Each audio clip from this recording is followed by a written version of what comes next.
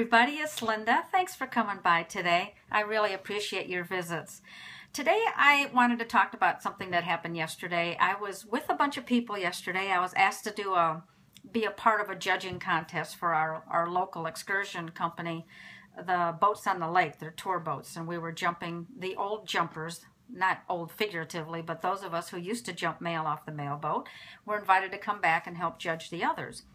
But in getting together with some of these former experienced jumpers, we got to talking, and you hear about what people have gone through that you haven't seen for so many years, and you hear what they've been going through and that. And one of them has gone through an extreme loss, and another one went through a terrible divorce, and you hear about all of these things when you catch up.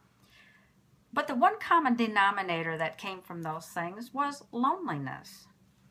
And loneliness is a normal process that we go through. If we have an end of a relationship, whether it's a friendship, a partnership, a marriage, divorce, a loss of a love, someone died, you're grieving, there is always the same loss and loneliness that you have.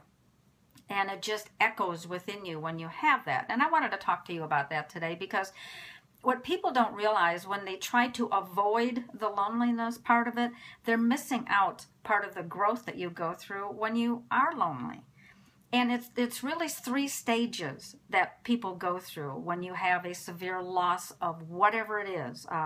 Someone died in your family, your husband, your wife, you lost your friend, you're divorced or whatever. I'm divorced, and I know that loneliness. It's terrible.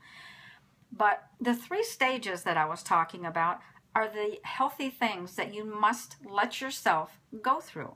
There's no time frame. There's no right or wrong way to do it, but you need to let the process of nature take its toll on you. It's not comfortable, but it's there. The very first stage that you go through is withdrawal.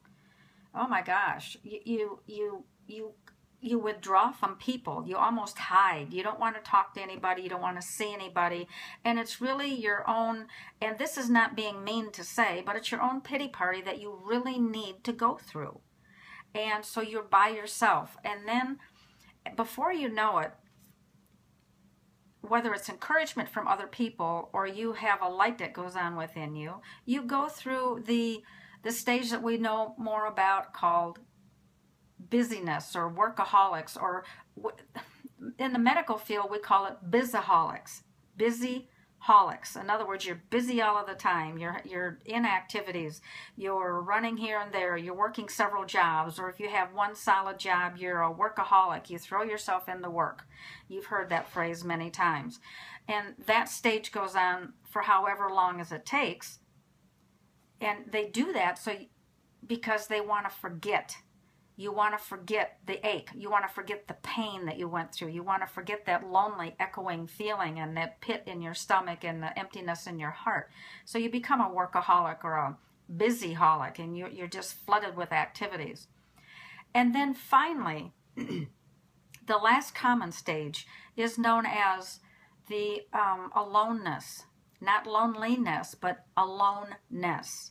And that's comforting yourself. That's just... It's not withdrawing again. It's being comfortable with yourself. And you are actually rediscovering yourself. You may have been with someone for a very, very long time. Some people have been together, whether as friends or in a marriage or partnership, since school, since grade school, since high school. My parents were grade school sweethearts. They never saw anybody else. They were never interested in anyone else. They met each other in grade school, and they went on to be high school sweethearts, and they just went on and got married, and they had a lifetime partnership. Some people are like that. And then to be suddenly alone, oh my gosh, that's very painful. So what I want to tell you today, if you're going through whatever type of loneliness that you're going through, let it happen. Don't force it. Everybody wants you to get out there and do whatever. Well, you will in time. But let yourself go through these 3 stages. And again, it's the withdrawal stage. Then it's the busy, workaholic, be busy with activities type of stage. And then it's the aloneness time when you reintroduce yourself to you and get to know yourself again. So let yourself go through those things. You're going to come through it fine. You'll never forget. You'll never get over the emptiness that you'll have. And again, whether it's someone who has passed on or if it's a divorce, you won't get over the emptiness. But you will learn how to cope with it. And that's what I want to pass on to you today. So think about that.